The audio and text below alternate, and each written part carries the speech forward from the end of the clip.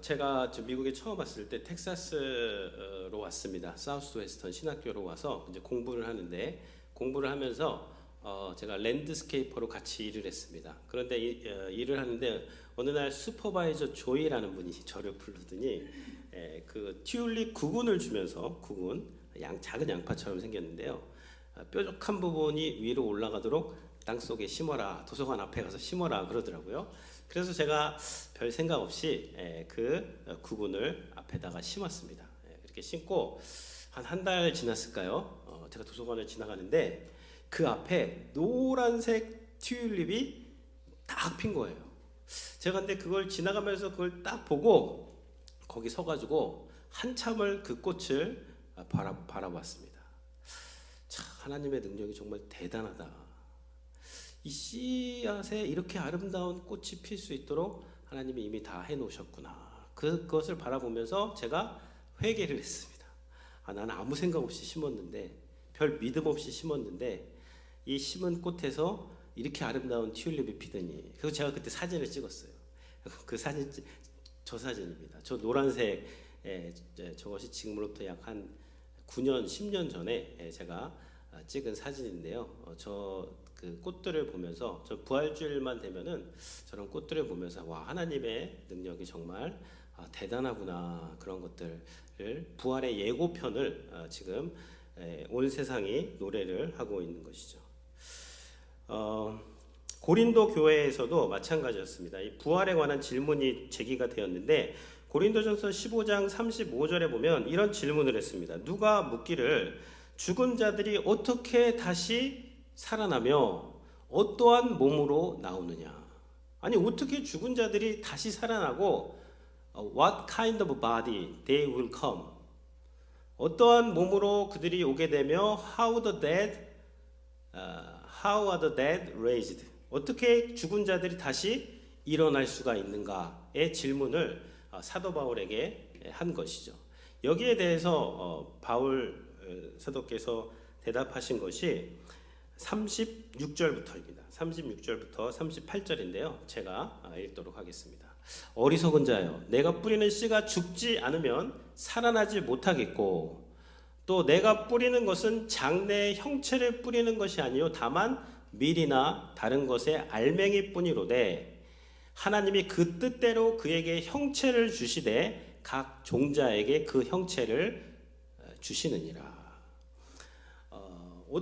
어떤 몸으로 어떻게 죽은 자가 다시 사는가의 질문에 대해서 사도 바울은 이 씨앗을 가지고 설명하는데, 이 씨앗이 땅에 심겨져 죽지 아니하면 살아나지 못하겠고, 씨앗이 땅에 묻혔을 때 새 생명이 나오는 것처럼 이 성도들 안에는요, 믿음의 씨앗이 다 있습니다. 똑같이 사는 것 같지만 믿음의 씨앗이 있는 사람이 있어요. 그 사람이 땅에 묻히면 반드시 그 믿음의 씨앗이 다시 영광스러운 장래의 형체, 부활의 형체를 잊게 된다는 것이죠. 37절에 보시면 내가 뿌리는 것은 장래의 형체를 뿌리는 것이 아닙니다.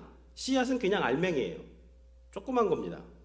튤립 구근을 심었는데 그 안에서 장래의 형체, 튤립이 피어나게 되는 것, 이것을 가지고 지금 사도 바울께서는 부활이 이런 식으로 나타나게 될 것이다 라고 말씀을 하고 있는 것이죠.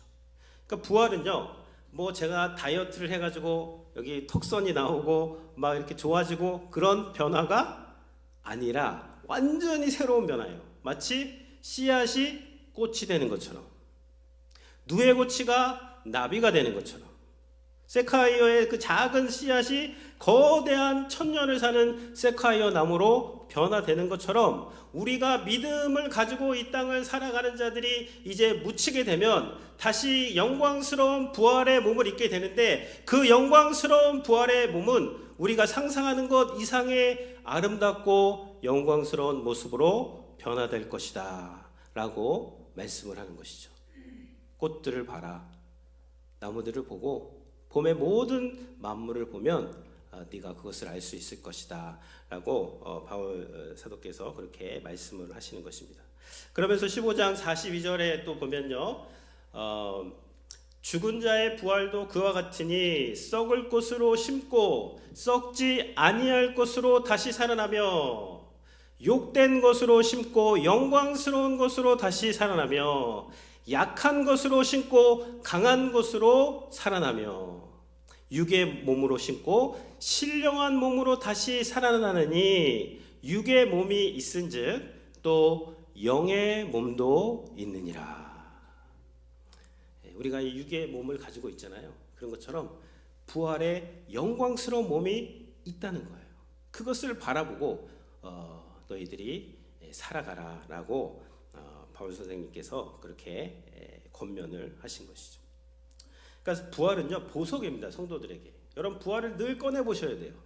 꺼내서 뱅크 어카운트만 너무 보지 마시고 부활을 꺼내 보시기를 바랍니다. 부활을 꺼내 보면요 비천한 자는 높아지게 됩니다. 아무리 비천한 사람, 아무리 절망적인 상황에 있어도 그 죽음에 묻혀도 다시 거기서 생명이 솟아나기 때문에 하나님의 부활 신앙, 예수 그리스도의 부활 신앙을 가진 사람들은 어떠한 상황에서도 부활 때문에 절망하지 않고 일어날 수 있는 거예요. 그리고 이 땅에서 다 잘 되시는 분들도 부활을 꺼내 보셔야 돼요. 자녀들도 잘 됐고 먹고 살 모든 것들이 다 갖춰져 있고 심지어 건강도 하고 모든 것이 잘 되는 분들도 부활을 꺼내 봐야 돼요. 그러면 이 땅에서의 내가 누리는 게 다가 아니구나. 잠시 잠깐이구나. 내가 영원한 나라를 준비하며 이 땅을 살아가야 되겠다라고 하면서 높아진 자는 겸손하게 되는 것이고요. 낮아진 자는 높아지게 되는 것이 이 부활을 묵상할 때 우리에게 나타나는 은혜가 되는 것입니다.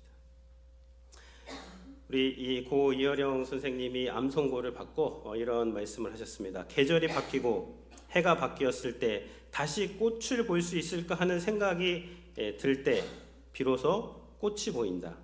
암송고를 받고 내일이 없다는 이야기를 듣고 난 후에 역설적으로 가장 농밀하게 산다.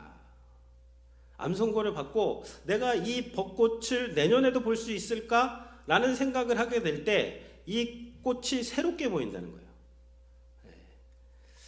그런데 이 부활은 무엇이냐면요. 내년이 없다가 아니라 내일이 있다는 거예요. 우리가 죽으면 끝난다는 것이 아니라 영원한 그러한 세계와 우리가 연결이 되어 있다. 내일이 있다라고 생각할 때에 이 땅을 아주 그 밀도 있게 살게 되는데 그 밀도는 그냥 현재에 집중하는 그런 밀도 있는 삶이 아니라 영원과 현재가 연결되어서 영원한 하나님 나라를 바라보며 그 영원한 나라와 오늘 내가 사는 이 삶이 연결되어서 보람 있고 또 하나님의 뜻을 이루며 사는 것, 이것이 부활의 능력이 되는 것입니다. 그래서 저는 오늘 이 부활절에 두 가지를 간단하게, 시간이 이미 많이 갔네요. 간단하게 나누도록 하겠습니다. 첫 번째는 죽은 자를 찾는 부활절이고요. 두 번째는 산 자를 찾는 부활절이 됩니다. 먼저 죽은 자를 찾는 부활절 먼저 보도록 하겠습니다. 마가복음 16장을 보시면 이제 여기서 16절 1절에 보면 안식일이 지남에 막달라 마리아와 야고보의 어머니 마리아와 또 살로메가 가서 예수께 바르기 위하여 향품을 사다 두었다가 안식 후 첫날 매우 일찍이 해도 들 때에 그 무덤으로 가며 그렇게 되어 있습니다. 예수님께서 금요일, 오늘날로 이렇게 따지면 금요일 오후 3시에 십자가에서 대속적인 죽음을 죽으셨습니다. 3시에 운명하시고 그 일몰식, 금요일 일몰 전까지 장례식이 치러졌기 때문에 약 3시간 만에 장례식이 급하게 진행이 되었습니다. 예수님의 동생들 11 제자들은 감히 빌라도에게 찾아가서 예수님의 시신을 달라고 요청할 그러한 담력이 없었습니다.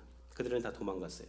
근데 갑자기 아리마대 사람 요셉과 니고데모가 상주 역할을 하면서 그 시체를 요청을 해서 시체를 십자가에서 내리고 니고데모는 약 33kg의 그런 향품을 가져온 곳으로 예수님 염을 하고 마침 그 십자가에 달리신 곳에서 가까운 곳에 아리마대 사람 요셉이 자기가 들어갈 묘를 마련해 놨는데 거기에 예수님의 시신을 안치하게 되면서 3시간 만에 이러한 장례식이 끝나게 되었고, 그 장례식 끝나는 것을 이 여인들, 오늘 막달라 마리아와 또 야고보의 어머니 마리아가 그것을 다 본 것입니다. 다 봤는데 이제 금요일 일몰부터는 안식일입니다. 그러니까 안식일에는 그 무덤으로 가지 않았기 때문에 안식일이 지나기까지 기다렸습니다. 토요일 일몰 때까지 기다리고 안식 후 첫날이 지금으로 말하면 주일, 일요일이 되는 거죠. 일요일 날 아침 일찍, 안식 후 첫날 매우 일찍이 해 돋을 때에 이제 그 무덤으로 가게 된 것이죠. 근데 이 여인들이 무덤으로 가면서 한 말이 있는데 3절 말씀인데요. 같이 한번 읽어보겠습니다. 서로 말하되 누가 우리를 위하여 무덤분에서 돌을 굴려주리요. 이 여인들이 무덤에 일찍 그 향품을 붓는다는 것은 이제 시신 부패 방지도 있지만 사랑의 표현입니다. 예수님 그만큼 사랑했기 때문에 여인들이 아침 일찍 가가지고, 근데 예수님 시신에 향품을 붓기 위해서는요, 그 무덤에 있는 그 돌을 밀어 올려야 됩니다. 위에서 밀어서 밑으로 그 그림이 있을 텐데, 무덤 그림 이렇게 있는데요. 이것을 위에서 이제 장정들이 이제 밀면은 이것이 밑으로 내려가면서 무덤이 닫히게 되는 것이죠. 근데 이것을 다시 열려면요, 밑에서 위로 올려야 되기 때문에 아주 많은 장정들이 필요합니다. 10명, 20명, 많은 사람들이 그리고 여인들이 걱정을 하는 거예요. 누가 우리를 위해서 저 돌문을 굴려주리요 하면서 간 것이 이 예수님 부활하신 아침에 이 풍경이 되는 것입니다. 예수님을 사랑했고, 그래서 그 예수님의 시신에 향품을 부으려는 것 아주 좋은 마음입니다. 예수님 가시는 길 제대로 장례식도 못 치러드렸네 하면서 일찍 갔는데, 그 마음은 좋지만 그것은 죽은 자를 찾는 부활절이 되는 것이죠. 지금 우리가 드리는 모든 예배는 주일 아침에 드리기 때문에 다 부활절 예배입니다. 근데 오늘날에도 이 여인들과 마찬가지로 주일 예배를 드리면서 산자를 찾는, 살아계신 예수 그리스도를 찾는 부활절이 아니라 죽은 자를 찾는 부활절을 지키는 분들이 많은 것이죠.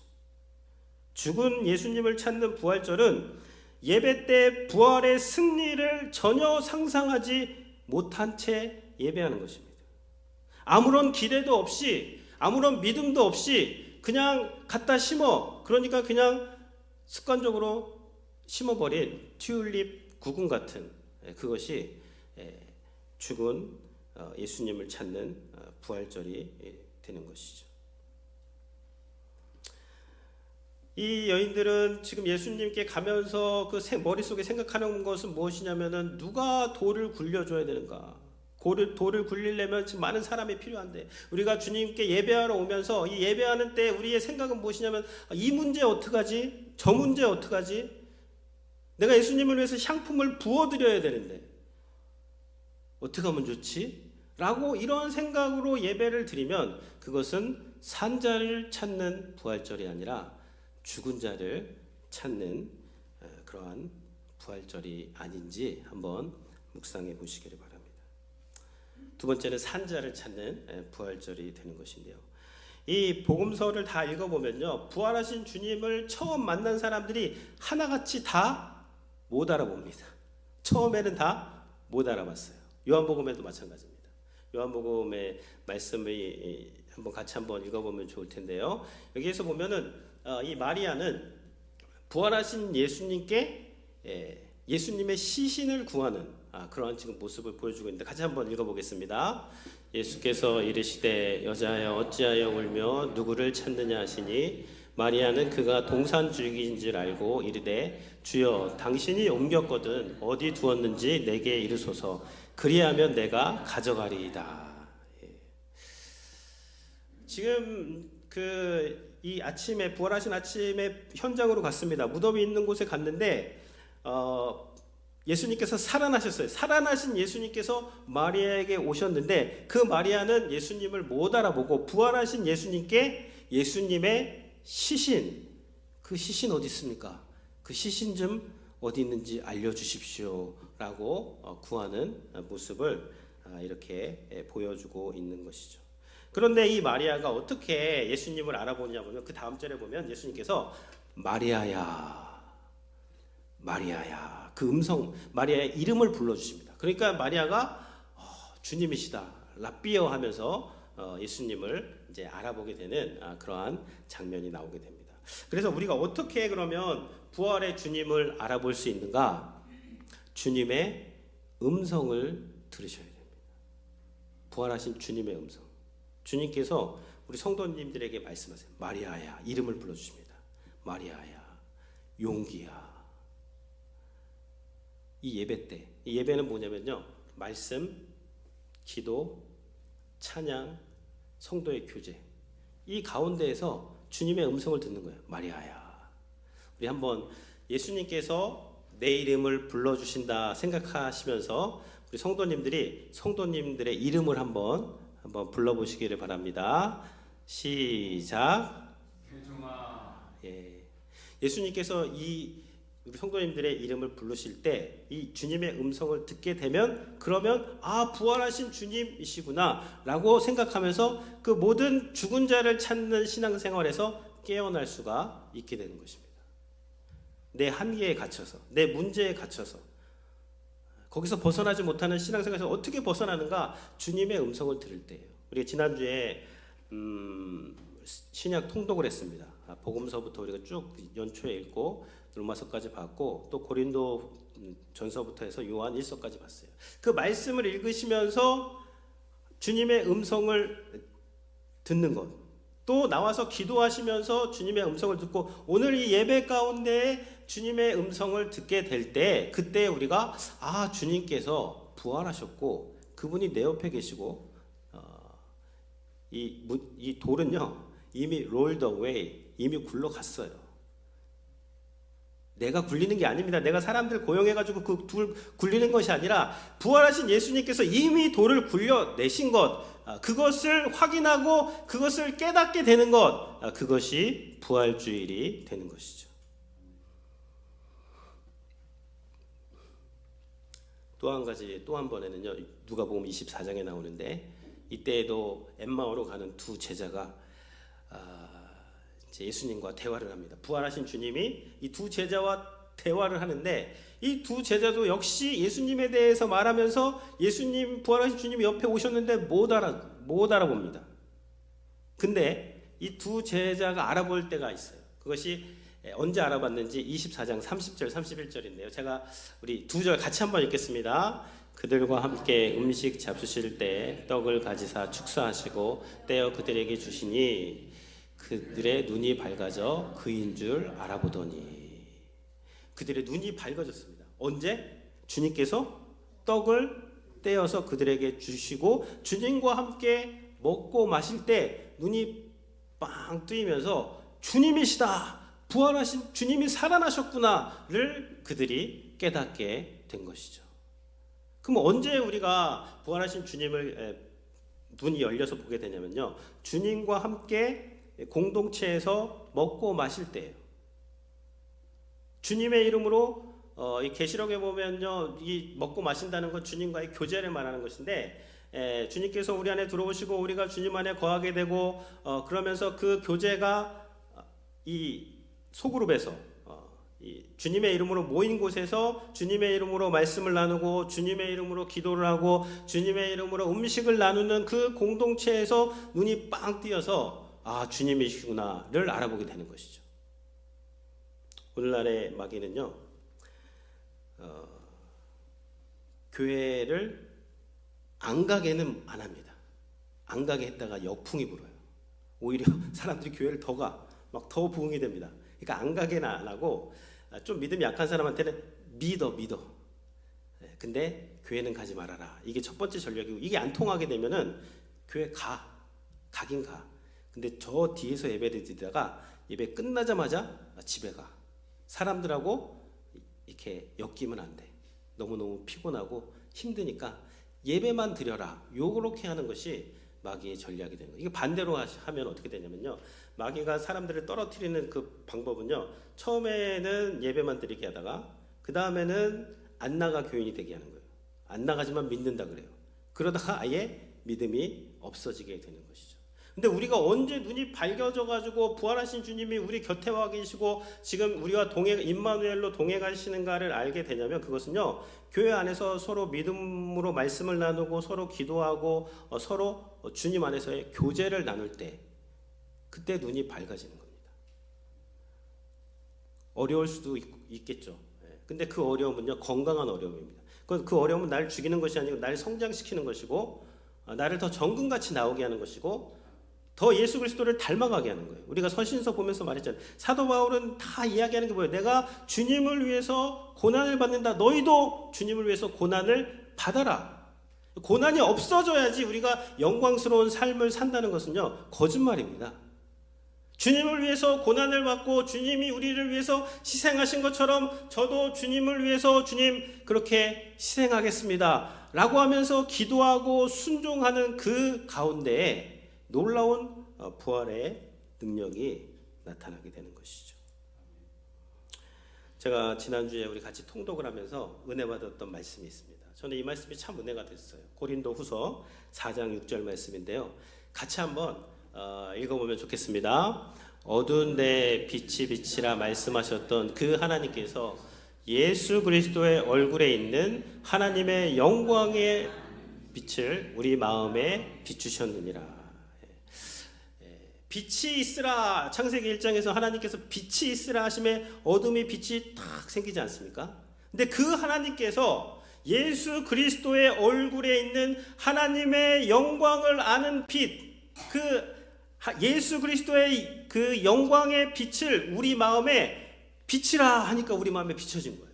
그러니까 우리 마음에서 어둠이 물러가고 예수님을 우리의 구세주로 고백하게 되고 주님을 알게 되고 우리가 부활할 것을 믿게 되면서 이렇게 대그룹으로 모여서 예배도 드리고 소그룹으로 가서 말씀도 나누고 하게 되면서 영광의 빛이 우리한테 비춰졌구나 그런 생각을 하니까 너무 저는 은혜가 되었습니다. 그래서 오늘 부활주일날 저희가 말씀 나눴는데요. 씨앗 꽃들 보면서 그 부활의 실물 예화입니다. 내가 부활하는구나 소망하시기를 바라고요. 그리고 죽은 자를 찾는 예배는 그만 드리세요. 죽은 자 향품, 시신 인간적으로 내가 아이고 하러 교회 온 거 아니잖아요. 부활의 주님을 만나고 그 돌이 이미 주님께서 그 돌은 다 굴려주셨고 우리의 문제 해결은요. 부활하신 주님께서 나의 삶에 내 옆에 계시는 것을 알아보면 그 자체가 이미 문제가 해결된 줄로 믿으시기를 바랍니다. 그게 문제